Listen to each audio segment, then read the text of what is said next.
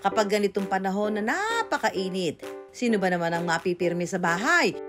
Siguradong lahat ay G na gumala. Kaya di tayo pa iiwan dyan. Bukod sa matutubig na pasyalan, ang isa pang paboritong destinasyon ni Juan, kahit papagpawisan ng todo, theme parks. May kanya-kanyang gimmick at pakulo. Mga atraksyong hindi lang magpapasakit ng lalamunan kasi sigaw. Oh my God! Ang ganda!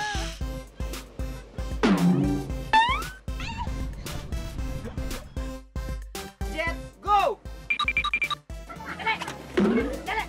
O babanat ng mga buto, kalalakad o takbo,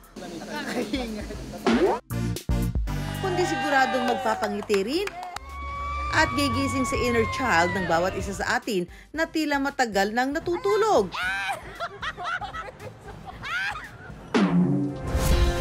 First stop sa pinakabagong bukas na theme park sa probinsya ng Quezon, ang Mother's Wonderland, at kasama nating maglilibot dyan ang isang Wonder Nanay. First time! Masaya! Live line at 54. Kung batang 70s ka naman at laking Cubao sa Quezon City, tiyak na kinalakihan mo rin ang pamamasyal sa Fiesta Carnival.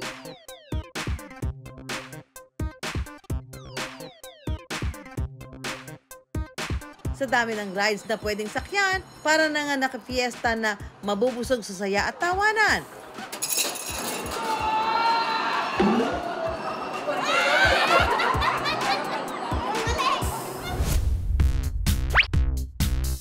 At si Empoy kakasakaya sa talunan kasama ang mga future Olympian na Yulo siblings sa isang bagong inflatable theme park sa Pasay. Talon Empoy, talon! Mga ka-wonder, are you ready to have fun sa iba't ibang theme park sa bayan ni Juan?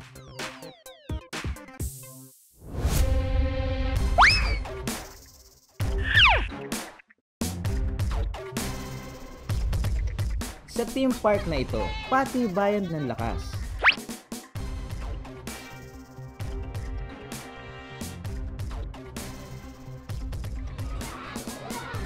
Hindi lang daw kasi may enjoy dito. May exercise din. Kaya humanda ng tumalon-talon. Magpagulong-gulong at gumapang-gapang sa pinakabagong 1 hektaryang theme park sa Pasay na ang bumibida, naglalakihang inflatable o yung mga tinatawag na palaro ang pinupuno ng hangin. Jump all you can daw dito sa Boogie Bounce! Bata man o matanda, welcome ditong magpatalon-talon ng one to sawa. May inflatable slide dito na 20 feet ang taas. Nakaka-enjoy, parang balik pagkabata, ganyan. Parang matatanggal yung stress. Nakakapagod pero worth it naman, nakakawala ng problems. Teka nga, mukhang mapapalaban yung buto-buto ko rito ah. But wait! Kung akala nyong bounce-bounce lang ang atake dito, no! Think twice, mga ka-wonder. Anligapang din daw ang labanan sa mga obstacle course. Perfect sa gusto ng challenge.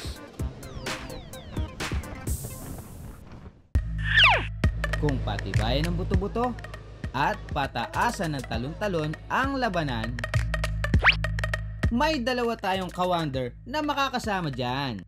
I'm Carl Jarel Eldru Piulo. I'm Eliza Angel Piulo, and we are gymnasts. Si Eldru, multi-sports champion at pambato ng Pilipinas sa mga international competition. Habang si Eliza naman, palarong pambansa champion. Wow! Kung flexibility o banat-banat ng katawan kasi ang labanan, abay, champion daw ang lahi nila Eliza at Eldru dyan. Ang kanilang kuya lang naman ang kauna-unahang Pilipino gymnast na nanalo ng gintong medalya sa World Artistic Gymnastic Championships at nakapag-uwi ng 2 Olympic gold sa larangan ng gymnastics. Walang iba kundi ang golden boy ng Philippine sports na si Carlos Yulo. Nakailigan ko po siya since when I was 4 or 5 years old po. Dinadala po ako ng lolo ko po sa gymnastics. Panoorin po sila kuya mag-gymnastics. Parehas po kami dinadala ng lolo po namin sa gym and nakikita po namin si Kuya Kaloy and yung ate po namin na eldest po. Dahil unti-unting nagmamarka ang pangalan nila sa ating bansa, ang dalawa hindi maiwasang kabahan sa bawat laban. Po siya, masaya po pero at the same time, nakakakaba po dahil sa expectations sa mga tao. Gayunpaman, patuloy pa ring lumalaban ang dalawa para sa pangarap at para sa bansa. Sige na nga, Eldru, Eliza, pakitaan nyo nga kami ng world-class moves sa pag-bounce.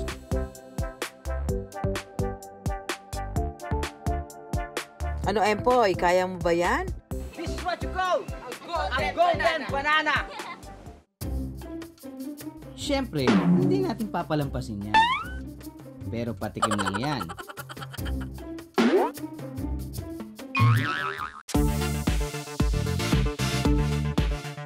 Hindi pa dyan natatapos ang challenge sa magkapatid.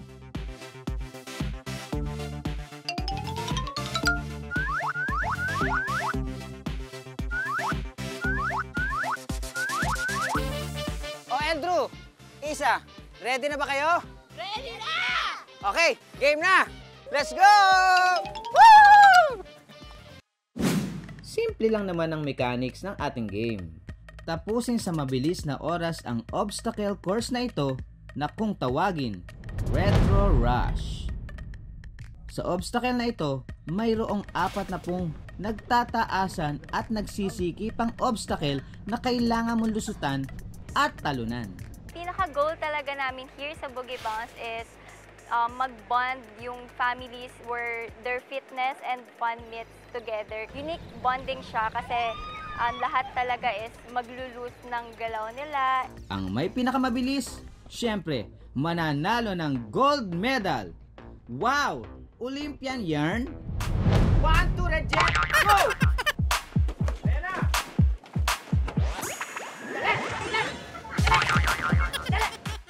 Kitang-kita naman na nangunguna si Eldru. Easy moves lang ang atake niya. Sumunod naman si Eliza na iba rin ang galawan. Like brother, like sister, sisiwlag sa kanila. Pero teka, saan napunta si Empoy? Mami Sue, don't worry about me. Nandito lang ako sa tabi-tabi. Dahil sabi nga nila sa buhay, dapat madiskarte ka.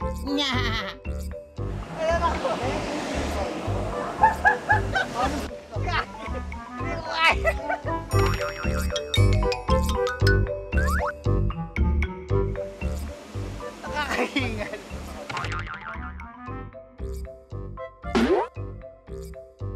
Andrew!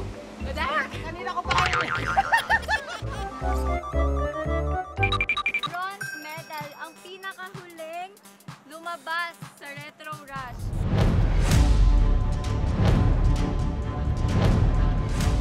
Pero ang nang Daya. Nakabahan ako. Sir Empoy! Ano yan? Nandaya daw. Daya? Pinakanandaya ako. Galing mo. Patingin nga, may nakasulat talaga na gano'n. Yes, oh, yes. Pinakanandaya award. Medal po. Thank you guys. Hold na kayo. It's my pleasure. At ang totoong nakatapos ng Retro Rush obstacle course na may pinakamabilis na oras, walang iba kundi si Eldru.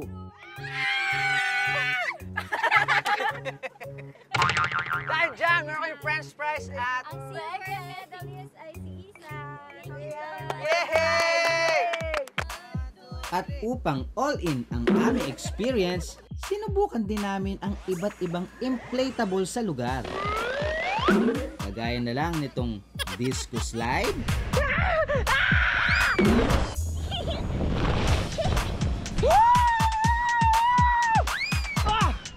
Yes! foam party, at bike na blender in one. Okay guys, sobrang thank you sa inyong dalawa. Eldrew, Isa. Sa mga tinuro nyo sa akin, ang dami kong learnings na natutunan sa inyo, yung mga tricks. Dadaling ko yan. Kahit saan ako makakita ng mga ganitong mga inflatable, magtatatumbling ako. At maaalala ko kayo. Sa ayaw mo at sa gusto, mataas man o mababa, tiyak na mapapatulong ka dito. At kasabay ng bawat pagtalon, ang feeling ng pagiging winner sa anumang laban sa buhay.